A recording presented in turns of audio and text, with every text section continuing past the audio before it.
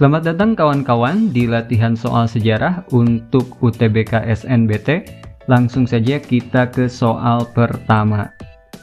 Peradaban Aztec yang berkembang di tengah Meksiko yang berlangsung sejak 1300 hingga 1545 Masehi akhirnya runtuh karena mengalami A. Kolonialisasi Spanyol, B. Bencana alam, C. Perang saudara, D. Serangan dari Tenochtitlan, E. Perubahan iklim. Jadi peradaban Aztec ini runtuh karena ada beberapa hal, diantaranya adalah kolonialisasi Spanyol di bawah pimpinan Hernan Cortés dan mewabahnya beberapa epidemik penyakit seperti tipes dan cacar sehingga mengakibatkan kemerosotan jumlah penduduk. Nah, jadi kita bisa pilih opsi A ya untuk nomor pertama ini. Kita pilih kolonialisasi Spanyol. Selanjutnya nomor 2, sejak dikeluarkannya Undang-Undang Agraria oleh pemerintah kolonial Belanda dan dimulainya era imperialisme modern, tanah Hindia Belanda berfungsi sebagai A. Sumber keuntungan bagi kerajaan Belanda semata, B. Sumber bahan mentah industri di Eropa, C. Tempat memasarkan hasil bumi bagi pedagang asing, D. Membuka lahan-lahan perkebunan yang baru, E. Sumber pajak bagi pemerintahan Belanda. Nah, Undang-Undang Agraria atau Agrarische Wet ini pada tahun 1870 ini banyakannya menjadikan tanah jajahan sebagai tempat untuk mendapatkan bahan mentah untuk kepentingan industri di Eropa. Kemudian tempat penanaman modal asing dan tempat pemasaran hasil industri dari Eropa, bukan hasil bumi ya, tapi hasil industri dari Eropa, serta penyedia tenaga kerja yang murah. Oke, untuk nomor 2 ini kita pilih opsi B ya, sumber bahan mentah industri di Eropa. Selanjutnya, nomor 3. Pada masa penjajahan Eropa terdapat berbagai bentuk perlawanan yang dilakukan oleh raja-raja kerajaan Nusantara. Setiap daerah ini punya karakteristik yang berbeda. Berdasarkan karakteristiknya, perbedaan perlawanan rakyat Ternate dan Makassar adalah A. Perlawanan rakyat Ternate memanfaatkan kerjasama antar kerajaan, sementara rakyat Makassar lebih terorganisasi. B. Perlawanan rakyat Ternate berfokus pada pelemahan kekuatan laut, sementara rakyat Makassar berfokus pada politik jalan tengah.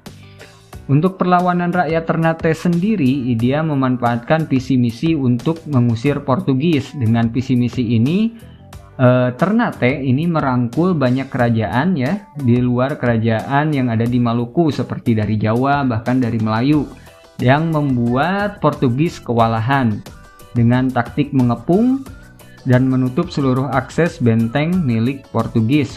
Sultan Baabullah ini menang gemilang pada tahun 1575.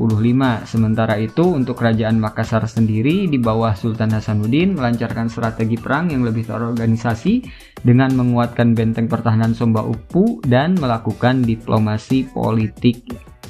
Jadi untuk nomor 3 ini kita bisa pilih opsi A ya, perlawanan rakyat Ternate ini memanfaatkan kerjasama antar kerajaan. Kemudian selanjutnya nomor 4, latar belakang dibekukannya hubungan diplomatik antara Indonesia dan Republik Rakyat Tiongkok pada tahun 1967 yaitu A. RRT lebih pro dengan Blok Timur, B. Membuat perusahaan pribumi lebih kuat dari Cina, C. RRT memberikan bantuan mulai dari persiapan hingga pemulihan PKI pasca Gerakan 30 September, D. RRT melakukan kampanye untuk mendukung PKI di kursi pemerintahan, E. RRT menutup kedubes Indonesia di Peking. Jadi pada tanggal 1 Oktober 1967, pemerintahan Orba atau Orde Baru ini membekukan hubungan dengan Republik Rakyat Tiongkok atau RRT. Alasannya karena RRT ini mendukung gerakan 30 September mulai dari persiapan hingga pasca pemberontakan yang terjadi. RRT juga memberikan perlindungan kepada tokoh-tokoh G30S ini di luar negeri. Dan RRT menyokong bangkitnya kembali PKI di Indonesia. Selain itu, ada kekecewaan terhadap tindakan orang-orang Cina yang melakukan anarkisme pada gedung, harta, dan anggota-anggota Kedubes Republik Indonesia di Peking. Jadi bisa kita pilih opsi C ya di sini karena RRT memberikan bantuan mulai dari persiapan hingga pasca G30S. Selanjutnya nomor 5. Sejarah yang ditulis dengan tujuan agar para pembacanya seolah-olah merasakan langsung peristiwa yang terjadi di masa lampau merupakan sejarah sebagai A. Kisah, B. Sastra, C. Ilmu, D. Seni, E. Peristiwa. Nah, sejarah yang ditulis dengan tujuan agar pembacanya seolah-olah merasakan langsung peristiwa yang terjadi, ini adalah fungsi sejarah sebagai seni ya. Jadi fungsi sejarah sebagai seni ini tetap mempunyai fungsi ilmiah, fungsi imajinatif, dan fungsi sastra. Jadi kita pilih opsi D, sejarah sebagai seni. Selanjutnya nomor 6, faktor pendorong persebaran jalur perdagangan oleh para pedagang muslim pada abad ke-16 hingga ke pesisir timur Nusantara adalah A. Ditaklukkannya pelabuhan Malaka oleh Portugis, B. Mayoritas pedagang muslim bermukim di pesisir timur Nusantara, C. Menghindari persaingan dengan Spanyol, Portugis, dan Belanda, D. Banyaknya aktivitas pembajakan di laut di pesisir timur Sumatera, E. Menghindari pungutan pajak dari pemerintah Portugis di Malaka.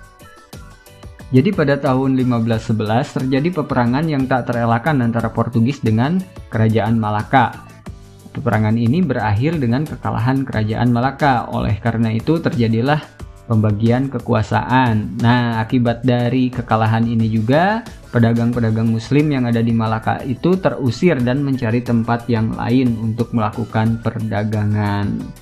Oleh karena itu, untuk nomor 6 ini bisa kita pilih opsi A ya, ditaklukkannya pelabuhan Malaka oleh Portugis. Oke, selanjutnya nomor 7. Tujuan dilaksanakannya politik pintu terbuka oleh kolonial Belanda pada 1870 adalah A. Memperoleh SDM terdidik untuk pemerintah dan swasta, B. Masyarakat memiliki hak tanah dan menyewakannya pada swasta, C. Perusahaan-perusahaan milik pemerintah dapat dikuasai swasta, D. Menarik swasta asing untuk menanamkan modalnya di Indonesia, E. Menghapuskan sistem tanam paksa di Hindia Belanda. Jadi untuk politik pintu terbuka sendiri itu merupakan cara pemerintah Belanda untuk mengusahakan para pengusaha asing agar tertarik menanamkan modalnya di Indonesia, khususnya pada bidang perkebunan dan pertambangan. Jadi bisa kita pilih opsi D ya, di nomor 7 ini menarik swasta asing untuk menanamkan modal. Selanjutnya nomor 8, dampak dari pembatalan KMB oleh Presiden Soekarno pada 3 Mei 1956 bagi Indonesia adalah A. Terhambatnya pembangunan nasional dan daerah, B. Munculnya berbagai gerakan separatisme kedaerahan, C. Upaya kemerdekaan Irian Barat menemui jalan buntu, D. Meningkatnya kekuatan ekonomi pengusaha Cina di Indonesia, E. Terbentuknya Republik Indonesia Serikat. Nah, untuk pada masa 3 Mei 1956 ini terjadi pembatalan KMB oleh Presiden Soekarno yang akibatnya adalah pengusaha Belanda ini banyak yang gulung tikar dan menjual perusahaannya pada pengusaha Cina karena pengusaha Cina ini memiliki ekonomi yang relatif kuat di Indonesia. Nah, karena makin kuatnya posisi pengusaha Cina ini, Mr. Asaat meminta agar pemerintah segera mengeluarkan peraturan yang dapat melindungi pengusaha nasional. Jadi bisa kita pilih adalah akibat dari KMB ini meningkatnya kekuatan ekonomi pengusaha Cina di Indonesia. Kemudian nomor 9, heuristik merupakan salah satu langkah dalam metode penelitian sejarah yang bentuk kegiatannya berupa A. Penulisan kembali peristiwa sejarah, B. Pemilahan sumber sejarah, C. Pembandingan sumber sejarah, D. Penafsiran terhadap fakta sejarah, E. Pelacakan sumber sejarah. Langkah-langkah untuk penelitian sejarah ini bisa kita lihat menjadi 5 ya. Yang pertama adalah penentuan topik, kemudian heuristik yaitu pelacakan sumber sejarah, Selanjutnya verifikasi, interpretasi, dan historiografi atau penulisan kembali peristiwa sejarah. Nah, untuk heuristik di sini udah kita lihat ya. Artinya pelacakan sumber sejarah. Jadi kita pilih opsi E.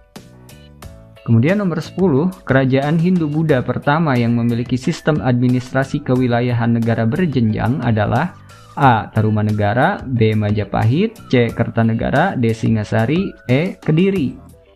Nah, untuk kerajaan Kediri adalah kerajaan pertama yang memiliki sistem administrasi kewilayahan negara yang berjenjang. Hierarkinya dibagi 3, yaitu jenjang paling bawah dikenal dengan tani atau desa, struktur keduanya wisaya atau kumpulan dari desa-desa, dan struktur yang paling tingginya disebut bumi atau negara kerajaan itu sendiri. Jadi kita pilih opsi E ya, kerajaan Kediri.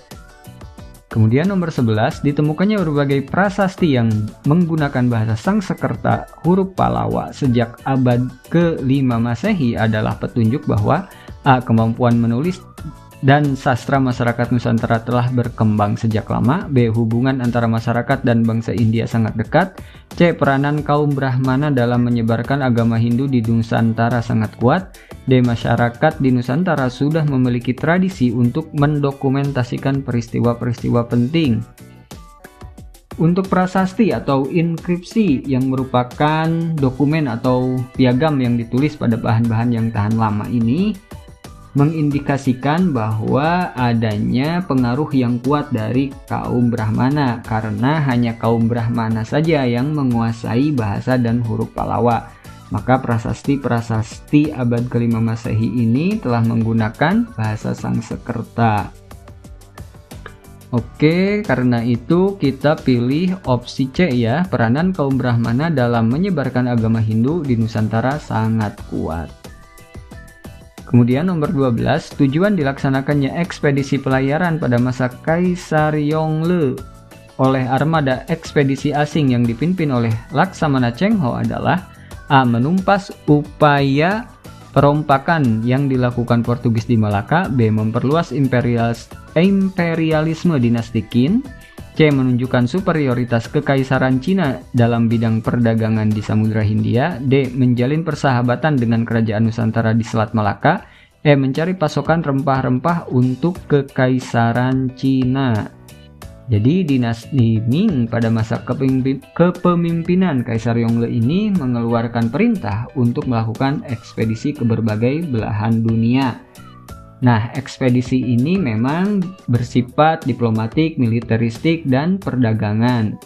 Hal ini dilakukan dalam rangka mengimbangi pengaruh birokrat Konfusian dalam politik pemerintahan serta menunjukkan superioritas kekaisaran Ming pada perdagangan di Samudra Hindia. Jadi bisa kita pilih opsi C ya, untuk menunjukkan superioritas kekaisaran Cina dalam bidang perdagangan di Samudra Hindia. Untuk nomor 12. Selanjutnya nomor 13, alasan digantikannya kebijakan politik jalan tengah yang dibentuk oleh Komisaris Jenderal dengan sistem sewa tanah oleh Gubernur Van der Capellen adalah A. Eksploitasi kekayaan negara jajahan harus ditangani langsung oleh perwakilan Belanda di Hindia. B. Terjadinya perbedaan pandangan di kalangan petinggi Belanda di Hindia. C. Terlalu rumit dan tidak sesuai dengan kondisi lapangan. D. Banyak mendapatkan pertentangan dari kaum intelektual Belanda. E. Tidak mampu menghasilkan banyak keuntungan bagi negara Belanda. Jadi setelah kembali ke tangan Belanda, tanah Hindia Belanda ini diperintah oleh Komisaris Jenderal yang menerapkan kebijakan jalan tengah untuk mendatangkan keuntungan sebesar-besarnya. Nah, jadi dicatat ya, ini untuk mendatangkan keuntungan. Namun, strategi ini tidak menghasilkan banyak keuntungan bagi negara Belanda.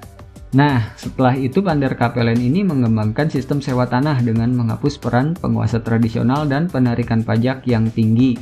Namun pada akhirnya kebijakan ini juga dianggap gagal karena rakyat tetap miskin dan tidak mampu menyediakan barang-barang ekspor yang dibutuhkan. Oke, jadi kita pilih opsi E ya. Tidak mampu menghasilkan banyak keuntungan bagi negara Belanda. Nomor 14, alasan dipilihnya tambang batu bara Ombilin Sawah Lunto sebagai salah satu warisan dunia oleh UNESCO adalah A. Menggambarkan kondisi sosial budaya masyarakat pada masa kolonialisme Belanda. B. Adanya perpaduan inovasi teknologi penambangan Eropa dan lokal. C. Struktur bangunan yang kompleks seperti labirin dengan pembagian ruangan yang terorganisir. D. Menunjukkan keunikan struktur kota pertambangan bawah tanah. E. Merupakan tambang batubara tertua di Asia Tenggara. Nah, alasan dipilihnya tambang Ombilin ini adalah menggambarkan dinamisnya interaksi sosial budaya antara dunia timur dan barat yang berhasil mengubah daerah tambang terpencil menjadi perkotaan yang dinamis. Kemudian juga menunjukkan pertukaran informasi dan teknologi lokal dengan teknologi Eropa ya. Dan menunjukkan contoh rangkaian kombinasi teknologi dalam suatu lanskap kota pertambangan yang dirancang untuk efisiensi sejak tahap ekstraksi batubara hingga penataan kota.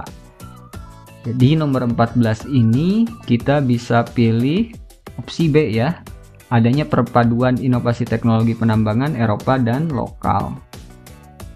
Nomor 15, peristiwa detente sebagai tanda berakhirnya Perang Dingin ditandai dengan beberapa peristiwa penting yaitu A. Penyelesaian isu Kuba, B. Bergabungnya Belanda dengan masyarakat ekonomi Eropa, C. Penandatanganan persetujuan SALT I dan SALT II, D. Perluasan hubungan diplomatik antara AS dan Uni Eropa, E. Kudeta terhadap Mikhail Gorbachev oleh sekutu. Untuk peristiwa detente yang menjadi tanda berakhirnya Perang Dingin, itu ada peristiwa-peristiwa penting yang membersamainya. Di antaranya isu Berlin yang sebelumnya menimbulkan konflik antara AS dan Uni Soviet dapat diselesaikan melalui perundingan pada tahun 1971. Selanjutnya negara Inggris juga mulai bergabung dengan masyarakat ekonomi Eropa. Kemudian perluasan hubungan diplomatik antara negara barat dan RRC pada 1973 dan kesepakatan antara AS dan Uni Soviet dengan ditandatanganinya SALT I dan SALT II. Jadi bisa kita pilih opsi C ya di sini, penandatanganan persetujuan SALT I dan SALT II. Oke, terima kasih sudah menyimak latihan soal kali ini. Sampai jumpa di video yang lain. Sukses untuk kita semua.